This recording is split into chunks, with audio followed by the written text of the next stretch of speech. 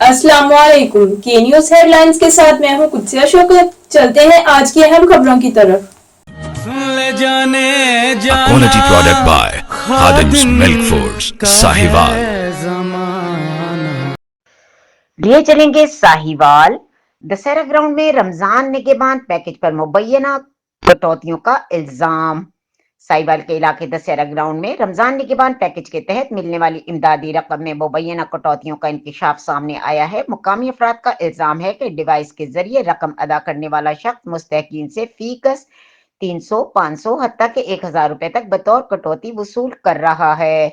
शहरियों का कहना है कि ये इमदादी रकम वजीर आला पंजाब की हिदायत पर मुस्तहिक अफराद को मुकम्मल तौर पर अदा की जानी चाहिए, मगर मुबैना तौर पर मुख्तलिफ अफराद से मुख्तलिफ रकम काट कर बकाया रकम दी जा रही है। मुतासरीन के मुताबिक इस अमल पर ताहाल किसी किस्म की कार्रवाई या सरकारी एक्शन देखने में नहीं आया। इलाका मकीनों ने हुकूमत पंजाब और जिले इंतजामिया से मुतालबा किया है कि फौरी नोटिस लेकर शफाफ तहकीकात कराई जाए, जिम्मेदार अनासिर के खिलाफ कानूनी कार्रवाई अमल में लाई जाए और मुस्तहकीन को मुकम्मल रकम की अदायगी यकीनी बनाई जाए ताकि हुकूमती फलाही प्रोग्राम के साथ मुतासर ना हो।